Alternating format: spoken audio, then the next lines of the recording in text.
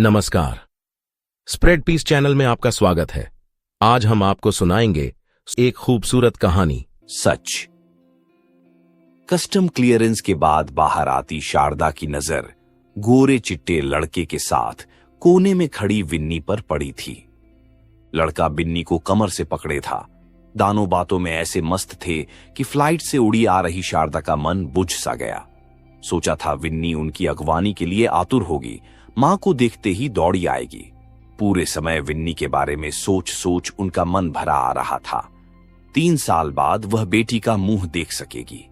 वैसे इन 3 सालों में ऐसा कौन सा दिन बीता होगा जब विन्नी याद न आई हो। आज के दिन की शारदा ने पल पल प्रतीक्षा की थी। अचानक विन्नी की दृष्टि मां पर पड़ी थी। लड़के का हाथ कमर से हटा वह शारदा की ओर दौड़ सी आई। हाय मम्मी, वेलकम इन यूएस। ये मेरा फ्रेंड फ्रेडरिक, माई मॉम। आओ मम्मी। मां के हाथ की ट्राली खुद ले विन्नी चल दी थी। बिन्नी के उस व्यवहार ने शारदा को क्षुब्ध सा कर दिया। शुरू शुरू में फोन पर घंटों बातें करने वाली विन्नी पिछले कुछ महीनों से बेहद व्यस्त रहने लगी थी। मां से बातें करने का जैसे समय ही नहीं रह गया था। पढ़ाई के बोझ के साथ घर के काम भी तो उसे ही निपटाने होते थे। शारदा का मन बेटी के लिए चिंतित रहता। कितनी दुबली हो गई है विन्नी। विन्नी के पीछे चल रही शारदा की दृष्टि विन्नी की छोटी सी पोनी टेल पर पड़ी थी। हाय विन्नी, ये तेरे बालों को क्या हुआ? अचानक मुंह से निकल गया। ओ मम्मी, पहले घर तो चलो, फिर पूरी तहकीकात कर लेना। फ्रेडरिक कार ले आया। शारदा के दोनों सूटकेस पीछे डिक्की में रखवा विन्नी फ्रेडरिक के साथ आगे बैठ गई। शारदा का जी चाह रहा था बरसों की बिछड़ी बेटी को सीने से लगा लें, दुलार लें, पर वह तो जैसे दूसरी ही लड़की थी। साथ बैठे फ्रेडरिक से बातें करती वह मां को भूल ही गई थी। मम्मी, 3 सालों में तो तुम ज्यादा स्मार्ट हो गई हो। फ्रेडरिक, मेरी मां स्मार्ट है ना? अचानक बिन्नी को मां की याद आ गई थी। बहुत। अगर तुम्हें ऑब्जेक्शन न हो, तुम्हारी जगह उन्हें अपनी गर्लफ्रेंड बना लूं। दोनों की सम्मिलित हंसी पर शारदा के कान जल उठे। छे, ऐसी छिछोरी बात। सुना मम्मी, फ्रेडरिक क्या कह रहा है? विन्नी ने अंग्रेजी में कहा था। क्या तुम्हारी मम्मी अंग्रेजी समझती हैं? ओह यस, मेरी मम्मी स्कूल में टीचर हैं। रियली? फ्रेडरिक की आंखों में आश्चर्य था। अपार्टमेंट के सामने कार रोक फ्रेडरिक ने सूटकेस बाहर निकाले थे। विन्नी साथ में छोटी सी कार्ट भी लाई थी। कार्ट पर सूटकेस रख विन्नी ने फ्रेडरिक को थैंक्स दिया था। बॉयकर फ्रेडरिक कार लेकर चला गया। ये तेरा कैसा दोस्त है विन्नी? दोस्त कैसे होते हैं मम्मी, हम दोनों ने साथ एमएस किया, अब साथ ही जॉब लिया है। अपार्टमेंट पहे नंच शारदा ने चारों ओर दृष्टि डाली थी। विन्नी के एक कमरे का अपार्टमेंट काफी सुव्यवस्थित था। टीवी पर शारदा और उसके पति का फोटो रखा था। उस फोटो को विन्नी यहां आते समय साथ ले आई थी। शारदा का मन संतोष से भर उठा। इतनी सी लड़की घर परिवार से दूर कैसे रहती होगी? फोटो के सहारे दिन काटना क्या आसान होता है? जी चाहा विन्नी को लिपटा ले, पर न जाने कैसा संकोच सा हो आया। तभी पीछे से विन्नी उनके कंधे से लिपट गई। बचपन से ये उसकी आदत थी, कहीं से भी मां के पीछे से लिपट जाया करती। कभी तो वह चौंक उठा करती। शारदा की आंखों से आंसू बह निकले। कम ऑन मम्मी, ये क्या, अब तो तुम मेरे पास हो। विन्नी ने प्यार से मां के आंसू पोंछ दिए। यहां तू कितनी अकेली है विन्नी, यही सोचकर जी भर आया। यहां सब अकेले ही होते हैं मम्मी, कुछ दिन रहोगी तो यही जीवन रास आने लग जाएगा। किसी से कोई लेना देना नहीं, अपने काम से मतलब रखो बस। इंडिया में तो लोग अपनी जगह दूसरों पर ही निगाह रखते हैं। सो तो ठीक विन्नी, पर साथ समुंदर पार यहां अकेले डर नहीं लगता? वहां उतने अपनों के बीच तुम्हें डर नहीं लगता था मम्मी? हमेशा सहमी ही तो रहती थीं। सीधे मां की आंखों में आंखें डाल विन्नी ने सवाल किया था। शारदा चुप रह गई। प्यार से विन्नी ने मां को कंधों से पकड़कर उठाया। वो सामने बाथरूम है, हाथ मुंह धो लो, तब तक मैं खाना लगाती हूं। ना, मैं कुछ खाऊंगी नहीं। तूने अभी तक कुछ नहीं खाया विन्नी? 3 बज चुके हैं। मेरा खाना तो कब का हो चुका मम्मी, एयरपोर्ट पर ही बर्गर ले लिए थे, फ्लाइट लेट थी ना। वैसे भी अब इंडियन खाना छूट ही गया है, उन सब झंझटों के लिए टाइम ही कहां है। इसलिए इतनी दुबली हो गई है, अब 3 महीने हाथ का बना खाना खिलाऊंगी। ओह नो वे मम्मी, यहां बेड पुट ऑन करना बहुत आसान है, पर स्लिम होने के लिए ढेर सारे डॉलर्स चाहिए। मैं ऐसे ही ठीक हूं। हाँ बताओ तुम कैसी रही? विन्नी के स्वर में ममता छलक आई थी। देख तो रही है, ठीक ठाक हूं, घर में भी सभी ठीक हैं, तुझे याद करते हैं। झूठ क्यों बोलती हो मम्मी? मैं जानती हूं वहां मेरी याद कौन करता है। हाँ, मेरी वजह से तुम्हें जरूर सबके ताने सुनने पड़ते होंगे। क्यों, तुमने क्या गलती की जो मैं ताने सुनूंगी? वाह, ये हुई ना बात। लगता है मेरे पीछे मेरी मम्मी बहुत हिम्मती हो गई। आते समय चाचा क्या कुछ नहीं कह रहे थे। उन सब बातों को भूल जा विन्नी, लाला जी क्या कम दुखी हैं, इकलौता बेटा आवारा निकल जाए, इससे बड़ा क्या दुख होगा। एक दिन तो कह रहे थे विनोद की जगह उनकी लड़की होती तो अच्छा था। चलो उन्हें समझ तो आई, वरना चाचा और दादी हर वक्त तुम्हें मेरे लड़की होने के ताने सुनाते रहते थे। तुम्हारे साथ मेरा भी बोझ पापा उन पर छोड़ गए। पुअर पापा। अब बस भी कर विन्नी, तेरे दिल में वो बातें अभी तक घड़ी हैं। उन्हीं बातों ने तो मुझे यहां तक पहुंचाया है मम्मी। जब जब हमें बोझ कहा जाता मेरा मन तिलमिला उठता। सुमति, मौसी ने अगर तुम्हें टीचर्स ट्रेनिंग न दिलाई होती तो क्या हम उस कटघरे में बंद दम न तोड़ देते? छे, ऐसी अपशकुनी बातें मत कर विन्नी, मेरा जी घबराता है। ओके मम्मी, तुम थोड़ा आराम करो, तब तक मैं ऑफिस हो आती हूं। आज भी काम पर जाएगी, एक दिन रुक नहीं सकती। मम्मी, यहां हम हिंदुस्तानी अपने को इसीलिए जमा पाए हैं क्योंकि हम कड़ी मेहनत करते हैं। फ्रिज में ढेर सारे जूस हैं, जब जी चाहे ले लेना। और हां, टेबल पर इंडियन स्टोर्स की मिक्सचर मिठाइयां हैं। जानती हूं तुम्हें कभी भूख तो लगती नहीं, पर तुम यहां भूखी रही तो मैं मुश्किल में पड़ जाऊंगी। प्यार से मां की पीठ थपथपा विन्नी चली गई थी। विनती के पलंग पर लेटी शारदा के सामने पिछले 15 वर्ष सजीव हो उठे थे। उच्च कोटि के ब्राह्मण परिवार में जन्मे राजीव ने पड़ोस में रहने वाली शारदा से जब अपने विवाह की बात कही तो पूरे घर में तूफान सा आ गया था। न सिर्फ आर्थिक दृष्टि से, जाति में भी शारदा का परिवार पिछड़ा हुआ था। राजीव की कॉलेज में नई नई नौकरी लगी थी। विद्यार्थी जीवन में सभाओं में जाति बंधन, आर्थिक असमानता को उसने हमेशा देश के लिए अभिशाप माना। शारदा के निश्चल भोले सौंदर्य में उसे अपने संकल्प पूरे होते दिखाई दिए। माता पिता की इच्छा के विरुद्ध उसने मंदिर में जाकर शारदा से विवाह किया था। शारदा ने ही जिद करके राजीव को माता पिता से आशीर्वाद लेने उनके सामने ला खड़ा किया था। पिता ने क्रोध में पांव पीछे खींच आशीर्वाद की जगह अपशब्द कहे थे। मां ने ऐसे बेटे की जगह निपूती रहने में सौभाग्य माना था। मां की वो बात कितनी जल्दी सच हो गई।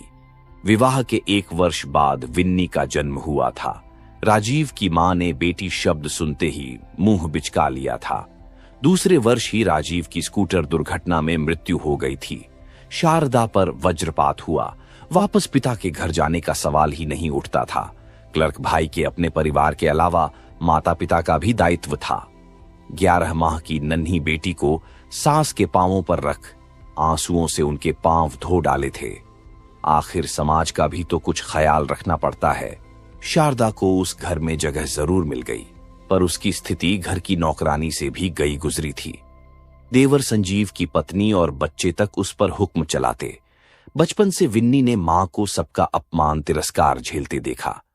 बचपन में वह समझ नहीं पाती, दादी और बच्चों को दूध मिठाई देती, पर उसे क्यों रूखी रोटी थमा दी जाती। एक बार गुस्से में उसने दादी को दांतों से काट लिया था। तब उस नन्ही बच्ची की जिस बेरहमी से पिटाई की गई कि मोहल्ले वाले भी हाय हाय कर उठे थे। बचपन से अपने लिए अभागिन, कुलच्छनी शब्द सुनती सुनती विन्नी जल्दी ही अपनी स्थिति समझ गई थी। वह सबसे अलग है क्योंकि उसके पिता नहीं हैं। मां की नियति उसे स्वीकार नहीं थी, पर वह विवश थी। रात में नन्हे हाथों से जब वह मां का बदन दबाने का प्रयास करती तो उसे सीने से लिपटा शारदा रो पड़ती। इतना ही अच्छा था कि श्वसुर ने विन्नी को स्कूल भेज दिया। अनपढ़ लड़की का ब्याह भी मुश्किल होता है। कुछ कर गुजरने का संकल्प ले विन्नी स्कूल जाती रही। हर परीक्षा में उसे प्रथम स्थान मिलता। घर के बच्चों के बीच ही नहीं, उनके मां बाप की भी वह ईर्ष्या का पात्र बन ताने उलाहने सुनती बढ़ती गई। विन्नी मेधावी थी, इसीलिए वह अपनी टीचर सुमति की फेवरेट छात्रा थी। शारदा की दयनीय स्थिति ने सुमति को द्रवित कर दिया। उन्होंने विन्नी के साथ अपने लिए मौसी का रिश्ता जोड़ शारदा को बहन बना लिया। सुमति दीदी के प्रोत्साहन पर शारदा ने टीचर्स ट्रेनिंग कॉलेज से पत्राचार पाठ्यक्रम द्वारा B.Ed 0 की डिग्री ली थी। परीक्षा के परिणाम पर घर में काफी हो हल्ला मचा था। सास चौंक गई थी। अरे ये तो बड़ी छुपी रूस्तम निकली, जाने अब क्या गुल खिलाए, भगवान जाने। अम्मा जी अब संभल के रहिए, भाई साहब की जगह यही हिस्सेदार बनेंगी। देवरानी सुनीता की ईर्ष्या उसके शब्दों में बज उठी थी। शारदा की नौकरी की बात लेकर तो सभी नाराज हो उठे थे। संजीव दहाड़ा था, हमारे खानदान की औरतें बाहर जाकर पैसा कमाएं, ये तो हमारे लिए मर मिटने वाली बात हुई। भाभी ने घर से बाहर पांव निकाला तो इस घर में उनके लिए जगह नहीं है। मम्मी के लिए इस घर में जगह थी ही कब चाचा? 12वीं में पढ़ रही विन्नी के उस जवाब पर संजीव का खून खौल उठा था। विन्नी को चांटा मारने के लिए उठे हाथ स्वयं विन्नी ने पकड़कर रोक दिया था। सारा घर स्तब्ध वह दृश्य देखता रह गया था। क्रोध में हो रहे पागल संजीव ने घोषणा कर दी, अब उस घर में वह एक पल भी नहीं रुक सकते।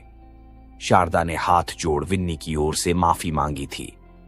उसे माफ कर दें लाला जी, आगे कभी ऐसी गलती नहीं होगी।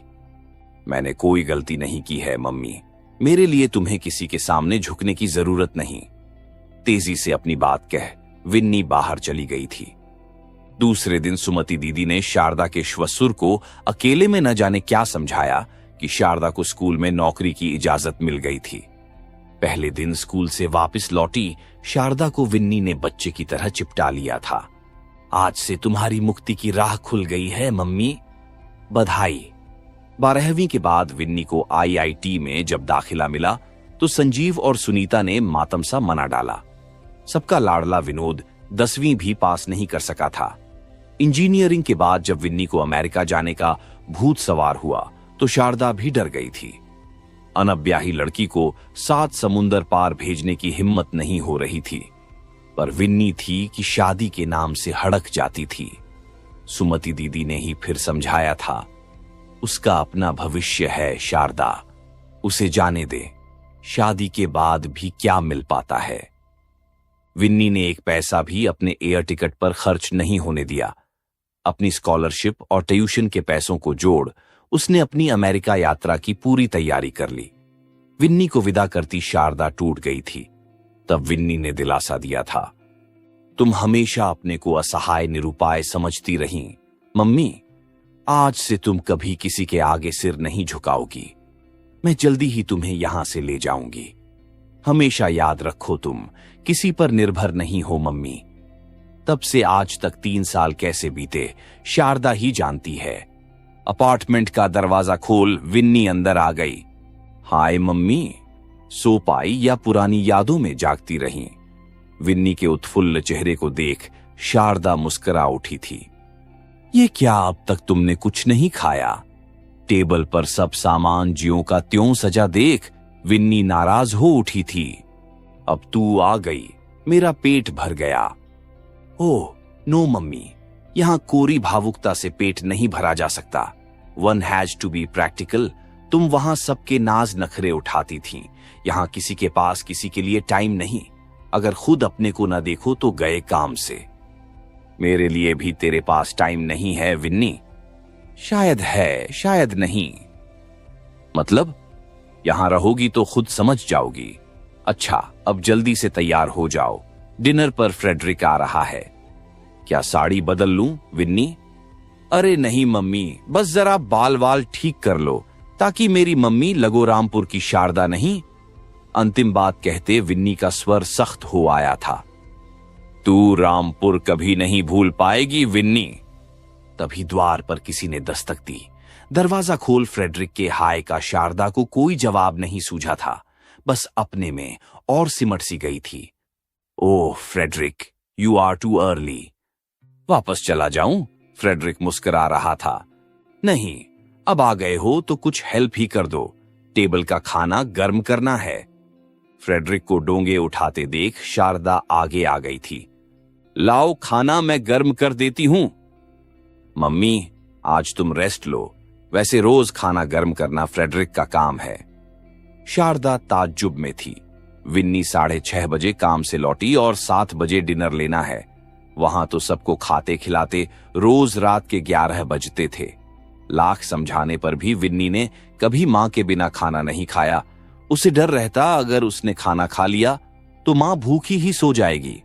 जिद करके वह मां को एक आध रोटी ज्यादा ही खिला देती। नौकरी करने के बाद उसके पैसों से एक महरी रख ली गई थी। सुबह की रोटियां भी शारदा की जगह वही महरी सेक जाया करती। इस सुविधा के लिए भी विन्नी ही जिम्मेवार थी। शारदा की तो कुछ नया करने की हिम्मत ही नहीं थी, पर विन्नी अपने बाबा से कह आई, मां को उतनी सुविधा का हक है और ये हक उन्हें ही दिलाना होगा। विन्नी के परीक्षा परिणामों पर घर में उसके एक बाबा ही थे जो उसकी पीठ ठोंकते। दिवंगत पुत्र राजीव भी हमेशा परीक्षाओं में प्रथम आता रहा। अपने अंतिम समय में उन्हें विन्नी के प्रति अन्याय का बोध हो आया था। संपत्ति में से कुछ भाग विन्नी को भी देने की बात पर संजीव ने मुंह फुला लिया था। तब विन्नी ने ही बाबा को समझाया था, आप मेरे लिए परेशान न हो, धन संपत्ति मेरे लिए कोई मायने नहीं रखता। मुझे विश्वास है मेरे लिए कुछ भी अप्राप्य नहीं होगा। आओ मम्मी, डिनर इज रेडी। इतनी जल्दी डिनर लेने की मेरी आदत कहां है विन्नी? ओह मम्मी, सबसे पहले तो तुम्हें यहां रामपुर की आदतें ही बदलनी हैं। सुबह 7 बजे ऑफिस जाना होता है। सिर्फ वीकेंड्स में ही रात को देर से सोया जाता है। बाकी दिन जल्दी न सोएं तो काम पर ही सो जाएंगे। खाना खाते समय फ्रेडरिक ने टीवी पर कोई प्रोग्राम आ रहा था। शारदा ने उस पर दृष्टि जमा दी। एक 12 वर्षीय लड़की का इंटरव्यू चल रहा था। ढेर सारे दर्शकों के बीच वह लड़की अपने अनुभव बता रही थी। 12 वर्षों की उम्र में उसने 20 पुरुषों के साथ शारीरिक संपर्क बनाए थे। सबसे अधिक आनंद उसे मैक्सिकन और अफ्रीकियों से मिला। अपनी बात कहती लड़की खिलखिला रही थी। दर्शकों में से कुछ स्तब्ध थे, कुछ हंसी में उसका साथ दे रहे थे। शारदा के मुंह का स्वाद कड़वा गया। वितृष्णा की लहर पूरे शरीर में व्याप्त गई।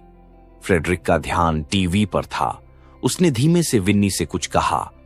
दोनों के चेहरों पर मुस्कान थी। विन्नी ने फ्रेडरिक से कोई और चैनल लगाने को कहे मां पर दृष्टि डाली थी। शारदा के चेहरे पर वह पूरी कहानी पड़ गई। डिनर के बाद फ्रेडरिक ने वीसीआर पर कोई अंग्रेजी फिल्म लगाई थी। शारदा को याद आया, एक बार पड़ोस के घर वीसीआर पर फिल्म देखने घर के सारे बच्चे गए थे। विन्नी को साथ जाते देख विनोद चिढ़ गया था। ये भिखमंगन भी हमारे साथ जाएगी तो हमारी सब हंसी उड़ाएंगे। जरा इसकी फ्राक तो देखा, दादी की पोटली से निकली नमूना है। उस दिन के बाद विन्नी कभी नहीं गई। आज उसके पास अपना क्या कुछ नहीं है, पर इस देश के प्रति शारदा आश्वस्त नहीं हो पा रही थी। कहां ढकेल दिया उसने बेटी को। ऐसे नंगे कपड़ों में इतने खुले प्रोग्राम देख क्या कोई सामान्य रह सकेगा? फिल्म के अश्लील दृश्यों को फ्रेडरिक के साथ विन्नी आराम से देख रही थी। 10:30 बजते बजते शारदा को नींद आने लगी थी। विन्नी, मैं सोने जा रही हूं। Okay, good night mom, see you tomorrow. Frederick ने उसे विदा दे दी थी। पलंग पर लेटी शारदा से नींद कोसों दूर थी। अजीब सी बेचैनी उस पर हावी होती जा रही थी। विदेशी युवक के साथ विन्नी कैसी फिल्म देख रही है, सुमति दी ने न जाने कैसी सलाह दे डाली। भारत में जैसे तैसे उसकी शादी हो ही जाती। विन्नी के साथ पढ़ रहे नयन ने तो बाकायदा उससे शादी का प्रस्ताव भिजवाया था, पर विन्नी ने घर सिर पर उठा लिया था। शादी करने के लिए हामी भरना दूर, उस बारे में किसी से बात तक नहीं करने दी थी। न जाने लड़की क्या करे, कोई रोकने टोकने वाला भी तो नहीं। पता नहीं फ्रेडरिक के साथ उसके संबंध किस सीमा तक हैं। भय से शारदा का रोम रोम कांप उठा। एक सप्ताह में शारदा ने अपने को उस माहौल में ढाल सा लिया था। शनिवार को विन्नी सुबह 10 साढ़े 10 बजे तक सोती रही। बेचारी लड़की को आराम के लिए बस वही एक दिन तो मिलता है, बाकी दिन तो 10-12 घंटे की ड्यूटी रहती है। सोती विन्नी के माथे पर आई लट जैसे ही शारदा ने हटानी चाही, वह बुदबुदा उठी, ओ फ्रेड, सोने दो। शारदा बुत बन गई। विन्नी फ्रेडरिक के साथ सोती रही है। अचानक जैसे विन्नी को स्थिति का मान हुआ, आंखें खोल मां के निष्प्रभ चेहरे को देख वह हल्के से मुस्कुराई थी। बस एक ही दिन तो मिलता है मम्मी, तुम नाश्ता कर लो, मैं लंच ही लूंगी। सिर पर चादर तान विन्नी फिर सो गई थी। शारदा तो जैसे काठ हो गई थी। इस लड़की को कितना संभाल के रखा और आज यहां ये क्या कर रही है। वर्षों के दिए मां के संस्कार 3 वर्षों में धो पोंछ कर रख दिए। 12 बजे के बाद ही विन्नी उठी थी। उठते ही शोर मचा दिया, मम्मी आज मटर की तहरी बनाना, तुम्हारी तहरी खाए जमाना बीत गया है। हाँ, तहरी ज्यादा बनाना, फ्रेड भी आ रहा है। मां को कहने सुनने का समय दिए बिना विन्नी ने बाथरूम बंद कर लिया था। शैम्पू किए बाहर निकली विन्नी एकदम ताजी लग रही थी। तहरी की खुशबू कमरे में फैल रही थी। बर्तन लगाती शारदा ने सपाट आवाज में पूछा था, फ्रेडरिक से तू शादी करेगी विन्नी? क्या फ्रेड से शादी? क्यों? ऐसा क्यों सोचा मम्मी? तेरे साथ उसके संबंधों से तो ऐसा ही लगा विन्नी। ओह मां, तुम परेशान मत हो, तुम्हारी विन्नी अब बच्ची नहीं है, इसीलिए तो डरती हूं। क्यों मम्मी, जब बच्ची थी तो डरने की बात नहीं थी? क्या मतलब? शारदा परेशान हो उठी। यहां फ्रेड को देख तुम डर गई ना मम्मी, पर यहां रामपुर जैसी बात नहीं है। मेरी इच्छा के विरुद्ध वह कुछ नहीं कर सकता। अगर तेरी रजामंदी हुई तो वह कुछ भी कर सकता है। शारदा का स्वर तनिक ऊंचा हो गया था। कूल मम्मी कूल, जानती हो मम्मी, तुम्हारी कड़ी सुरक्षा में भी तुम्हारी बेटी ने क्या भुगता है। जानती हूं तूने बहुत कष्ट उठाए, पर वो मेरी मजबूरी थी। बेटी, तुम कुछ नहीं जानती मम्मी, तुम्हारी बेटी ने क्या त्रासदी झेली है। क्या बात है विन्नी, साफ साफ क्यों नहीं कहती? शारदा डर सी गई। साफ साफ सुनना चाहती हो तो जान लो, 10 साल की उम्र में विनोद ने मुझसे जबरदस्ती की थी, डराया था। अगर तुम्हें कुछ बताया तो तुम मार दी जाओगी। मैं तुम्हें खो नहीं सकती थी मम्मी। आक्रोश अपमान से विन्नी का गला रूंध आया था। शारदा फटी फटी आंखों से ताकती रह गई। अपना सगा चचेरा भाई बहन के साथ, काश धरती फट जाती। शारदा पर किसी की दृष्टि न पड़े, इसके लिए हमेशा उसने अपने को कैद रखा, पर अपनी नन्ही बेटी की रक्षा न कर सकी। मम्मी, तुम ठीक तो हो ना? शारदा को कंधों से झकझोर विन्नी ने चैतन्य किया था। मैं क्या करूं विन्नी? शारदा रुआंसी थी। तुम्हें परेशान होने की कोई जरूरत नहीं मम्मी। वो हादसा गुजर चुका है, उसमें मेरी कोई गलती नहीं थी, इसलिए मैं अपराध बोध से मुक्त हूं। इस देश में बलात्कारी के प्रति घृणा रखी जाती है। जिसके साथ बलात्कार हुआ वह सबकी सहानुभूति पाती है। पर मैं इस बात को कैसे स्वीकार करूंगी विन्नी? शारदा की आंखें छलछला आईं। मम्मी, तुम स्वीकार करो या नहीं, मैंने सच बताकर वर्षों के बोझ को सीने से उतार दिया है। सच मानो मम्मी, मैं तुमसे भी मुंह चुराती थी। 9-10 वर्ष की बच्ची को दादी ने बेरहमी से झकझोर थप्पड़ मारे थे। उतना गंदा काम करने के बाद मुझे जमीन में गड़कर मर जाना चाहिए। हाँ, यही कहा था दादी ने। मैं इतना डर गई, इतना रोई, पर तुम तक से कुछ न कह सकी। मेरी वह कुंठा यहां आकर दूर हो सकी मम्मी, वरना मैं हमेशा अपने को अपवित्र मानती रही। इसीलिए तू शादी के नाम से। हाँ मम्मी, मुझे पुरुष जाति से नफरत हो गई। हम कहते हैं हमारे देश की संस्कृति पूज्य है, पर लड़कियों के लिए यहां क्या समानता मिल सकी है? बलात्कार के बाद कोई लड़की मुंह खोलने का साहस कर सकती है? दूसरों की तो बात ही छोड़ो, खुद उसके अपने ही उसे दोषी की नजर से देख उसका जीना हराम कर देते हैं। हाय विन्नी, तूने इतना सहा और मुझे खबर भी नहीं। खबर हो भी जाती तो क्या फर्क पड़ता, यही न कि तब तुम भी मेरे साथ अपराधी की तरह जीती। तू यहाँ खुश है विन्नी? खुशी ना खुशी मन की चीज है मम्मी। अब मैं आत्मनिर्भर हूं, अच्छी कंपनी में नौकरी है। अब भी तू शादी की नहीं सोचती विन्नी? जिस दिन सोच लिया कर डालूंगी। अब मैं समझदार हूं, जान परख कर ही निर्णय लूंगी। ये लो, फ्रेडरिक आ गया। बातों में मेरी आज की लैंड्री तो हो गई। फ्रेडरिक को तहरी की रेसिपी देती शारदा सकुचा रही थी। वह विदेशी युवक उस देशी तहरी को मन से खा रहा है। शारदा का मन तृप्त हो गया। इतने दिनों से वह फ्रेडरिक को देखती आ रही है। उसके आत्मविश्वास पूर्ण व्यक्ति में सौजन्यता का समावेश था। शारदा उन दोनों के साथ कई पिकनिक स्पॉट्स, मंदिर हो आई थी। फ्रेडरिक के व्यवहार में कभी उच्छृंखलता नहीं दिखी। अब तो वह हाथ जोड़ उसे नमस्ते करता। आप अच्छी तो हैं मम्मी कहे, हाल पूछता। फिर भी उसे दामाद रूप में शारदा स्वीकार नहीं कर पा रही थी। पता नहीं विन्नी के मन में क्या था। शुक्रवार की रात मां से लिपटकर लेटी विन्नी को मां पर बड़ा दुलार आ रहा था। मां का माथा सहलाती विन्नी बातें किए जा रही थी। शनिवार के दिन उठने की कोई जल्दी नहीं होती। सच कहो मम्मी, पापा के चले जाने के बाद तुम्हारे मन में फिर विवाह की इच्छा नहीं हुई? छे, क्या बकवास करती है, ऐसी बात सुनना भी पाप है। क्यों मां? पति भगवान होता है, वही उसका सर्वस्व है। उसके बाद स्त्री का जीवन बस उसके स्मरण पूजन में ही बीतता है। फिर शादी की जरूरत ही क्या है? किसी को भी भगवान मान लो और जीवन भर उसका स्मरण पूजन करती रहो। सब स्त्रियां मीरा नहीं बन सकती। हां, अब हुई ना ये बात।